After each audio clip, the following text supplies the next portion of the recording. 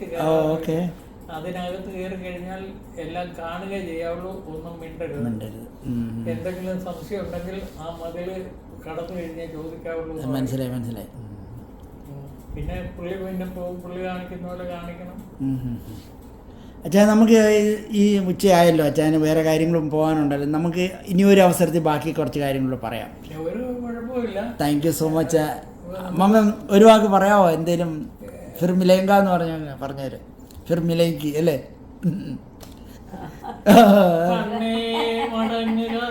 കരിഞ്ഞു മരിഞ്ഞു മാശു മണ്ണാകും ഈ ശരീരം. Thank you so much. ഞാൻ അച്ഛൻ്റെ പറയും. അതെ അത് ഞാൻ അച്ഛൻ്റെ കൂടെ, കാരണം ഇത് ആരാണ് എടുക്കുന്നത്, എന്നെ തെറി പറയുന്നത്, എന്നെ വഴക്ക് പറയുന്നത്, അവരോട് പറയാനുള്ളതാണ്. അതെ, ബുദ്ധിമുട്ട് ക്ഷമിക്കണം. ബുദ്ധിമുട്ടുകളൊന്നുമില്ല, എപ്പം വന്നാലും കുഴപ്പമൊന്നുമില്ല.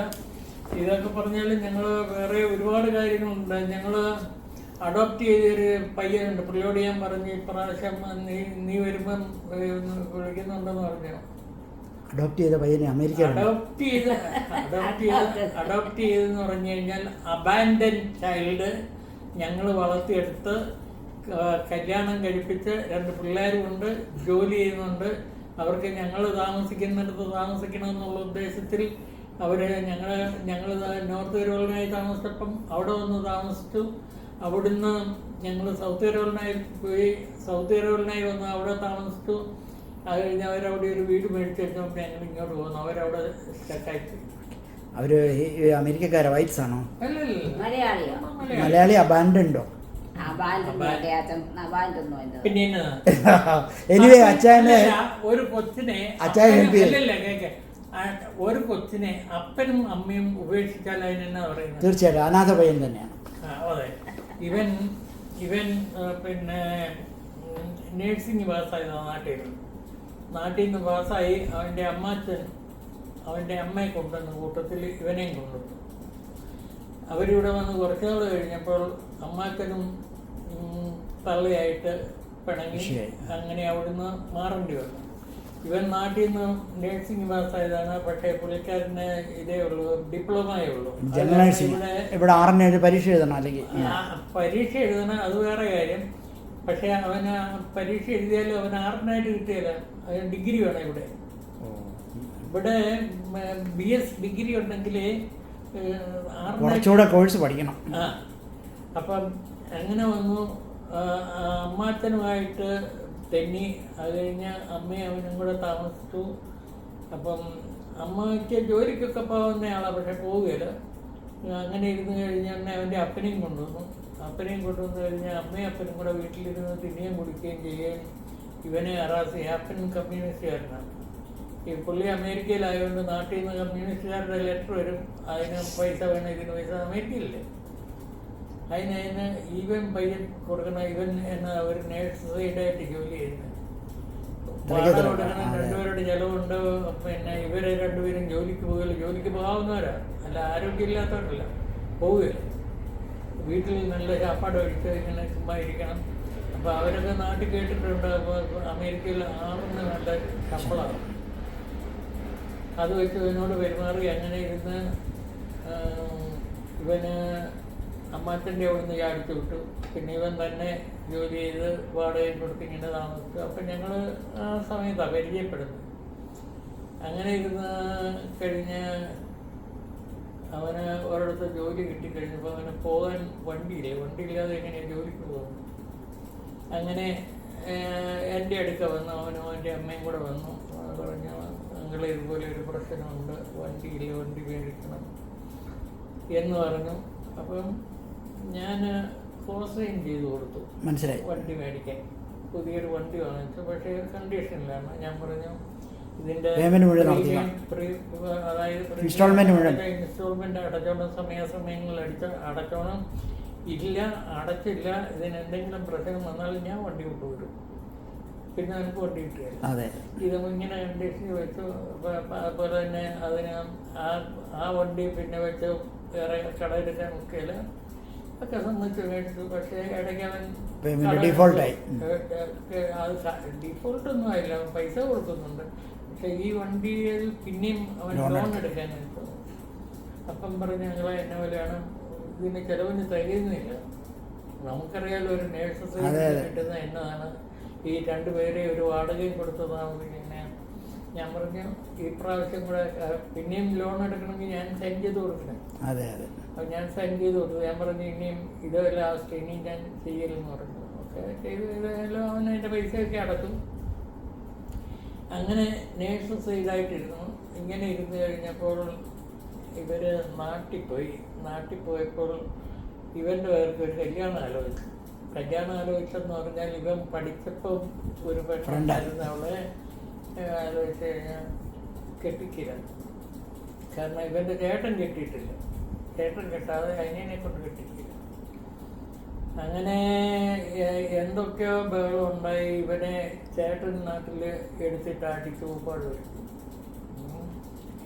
അങ്ങനെ അവനിവിടെ വന്നു. അങ്ങനെ വന്ന് ഒരു ദിവസം പറഞ്ഞു, ഞങ്ങളെ ഇന്നപോലെയൊക്കെയാണ് പ്രശ്നം, ഇങ്ങനെ ഒരു പെണ്ണുണ്ടാകുന്നു. എന്നോട് നേരത്തെ പറഞ്ഞിട്ടൊന്നുമില്ല, ഇങ്ങനെ ഉണ്ട്, അതുകൊണ്ട് കല്യാണം കഴിക്കണേ എങ്ങനെയായിരിക്കും.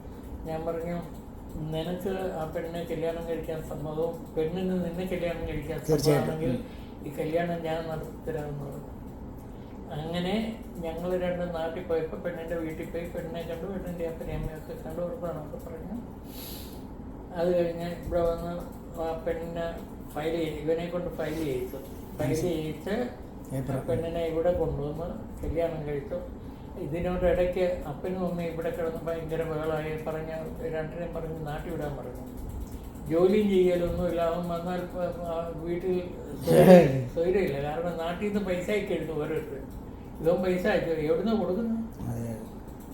അങ്ങനെ അവരെ നാട്ടിൽ പറഞ്ഞു വിട്ടു കഴിഞ്ഞാൽ ഇനി കൊണ്ടുവരണ്ടെന്നൊക്കെ പറഞ്ഞു. പക്ഷെങ്കിൽ ഇവർ ഇതല്ലേ ഗ്രീൻ കാർഡല്ലേ, ഒരു വർഷത്തിന് ഒരാഴ്ചയുള്ളപ്പോൾ അമ്മ അവിടുന്ന് വിളിച്ചേട്ടാ ഞാൻ വരുന്നുണ്ട്, എനിക്ക് അങ്ങോട്ട് വരണമെന്ന്.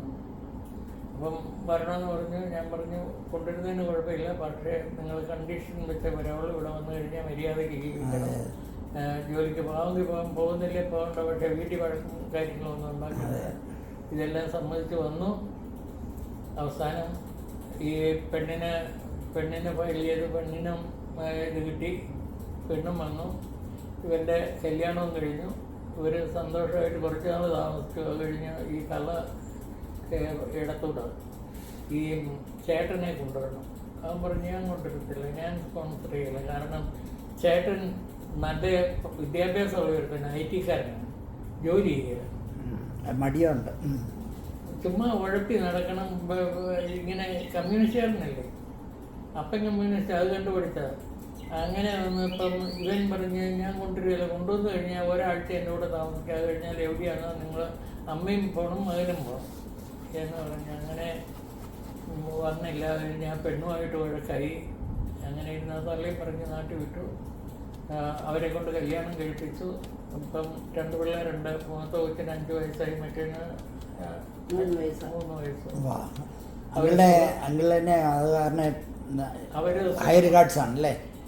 അവര് സുഖമായിട്ട് സൗത്ത് കരോളിനായി താമസിക്കുന്ന, എല്ലാ ആഴ്ചയിലും വിളിക്കും. അവൻ ജനറൽ നേഴ്സ് ആയിരുന്നു. വന്നപ്പോൾ അവന് പൈസ ഇല്ല, പെണ്ണുണ്ട്, പഠിച്ചു. ആ പെണ്ണ് ഇവിടെ വന്ന് അപ്പം അവള് BSc നേഴ്സാണ്. അപ്പം ഞാൻ ചോദിച്ചു പരീക്ഷ എഴുതിയില്ലെന്ന് ചോദിച്ചു. ഒരു ദിവസം വീട്ടിൽ വന്നപ്പം ഞാൻ പറഞ്ഞ എടാ പഠിക്കാൻ വിടാത്തത്, ടെക്സാസിൽ ഒരു സ്കൂളുണ്ടല്ലോ, അവിടെ കൊണ്ട് വിട്ട് പഠിപ്പിക്കാൻ മേലെ. എങ്കിലും ഞാൻ അടുത്ത മാസം വിട്ടുള്ള അവൻ്റെ പൈസ ഇല്ല വിടാൻ. ഞാൻ പഠിക്കാനുള്ള പൈസ എടുത്ത് കയ്യിൽ ഒരു ചെക്ക് എഴുതി പെണ്ണിൻ്റെ കൊടുത്തു. ഇവിടെ പഠിക്കുന്ന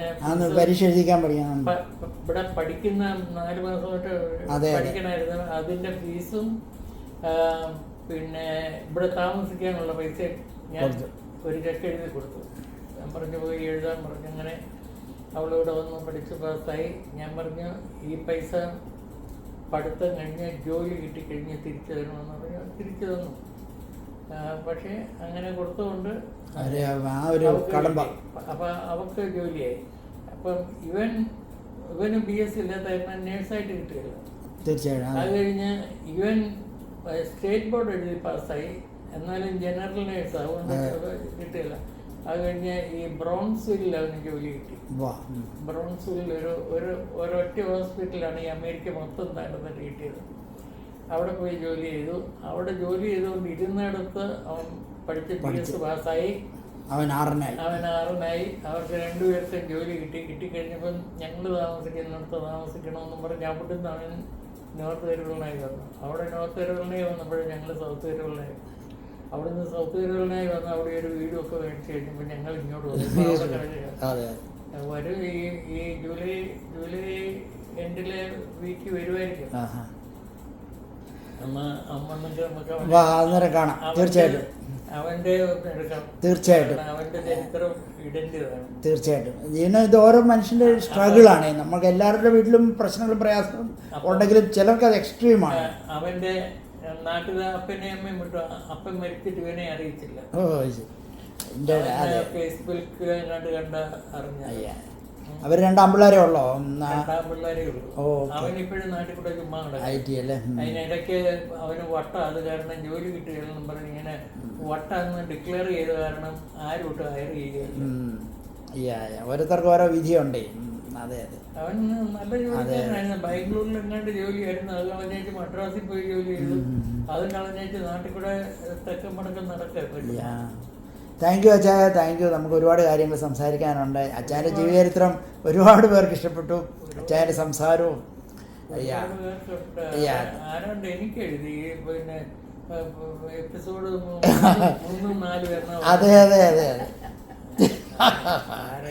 അതെ അതെ എനിക്കറിയാം. എഴുതിയ ആൾക്കാരെയൊക്കെ എനിക്കറിയാം. അവർക്കൊക്കെ വളരെ താല്പര്യത്തോടെ കാത്തിരിക്കുന്നവരുണ്ടായിരുന്നു.